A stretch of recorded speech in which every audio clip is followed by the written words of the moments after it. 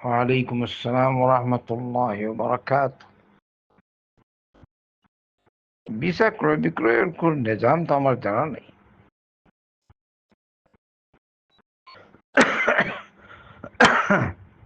মূল ভিসা ক্রয় বিক্রয় করবে না, যার প্রয়োজন সে আমিল নিয়ে আসবে। সে ভিসা বের করবে, তার প্রয়োজন দেখিয়ে ভিসা বের করবে। ভিসার যদি কিছু ফিস থাকে সরকার এটা দিবে, আর সে তার লেবার নিয়ে আসবে, যাবতীয় খরচ দিয়ে। এইটাই হলো তার মূল।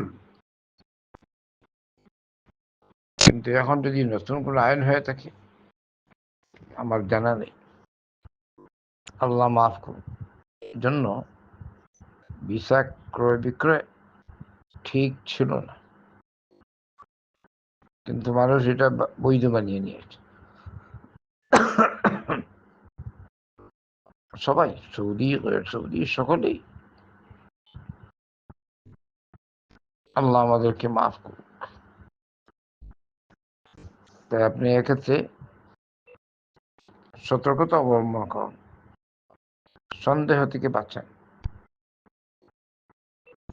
আর না সরাসরি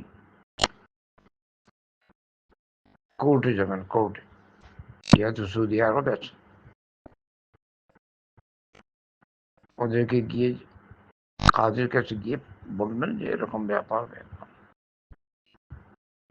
ভিসা ক্রয় বিক্রয় সম্পর্কে কি বিজ্ঞ আলেন, ওরা বুঝেন, ওদের জানা আছে সরকারের নিয়ম কানুন। তাহলে আর সন্দেহ একদম থাকলো না। জিজ্ঞেস করেন, এখানে এই বিষয়ে কাকে জিজ্ঞেস করবো। আর না সাধারণত